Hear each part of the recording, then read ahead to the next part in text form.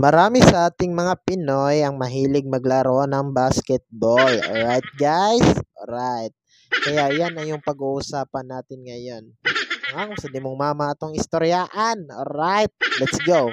Marami din sa ating mga Pinoy ang mga nakakakilala sa mga sikat na player nito. Tulad nila LeBron James, Stephen Curry, Kobe Bryant at ang tinaguriang GOAT ng basketball na si Michael Jordan.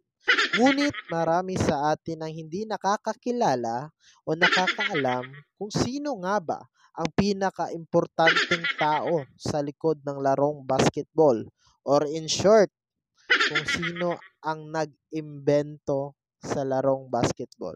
Alamin natin yan. Ang larong basketball ay inimbento ni James Naismith noong taong 1891. Ako, tagal na guys. Alright. At ang unang laro ng basketball na naitala sa kasaysayan ay noong December 21, 1891. Sus, tagal na. Ito yung pinakaunang laro guys, no? December 21, 1891.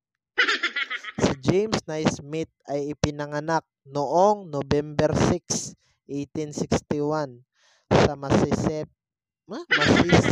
Mills. Mississippi, iwan ko. Mississippi Mills. Mississippi, Mississippi, bot lang.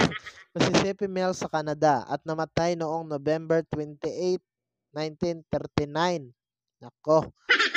At karagdagang kaalaman guys, si James Naismith ay 30 years old pa lang noong naimbento niya ang larong basketball. Kaya James Naismith, maraming salamat sa iyo. Dahil sa iyo, nakakapaglaro kami ng basketball. Iba ka. Alright? Alright. Thank you.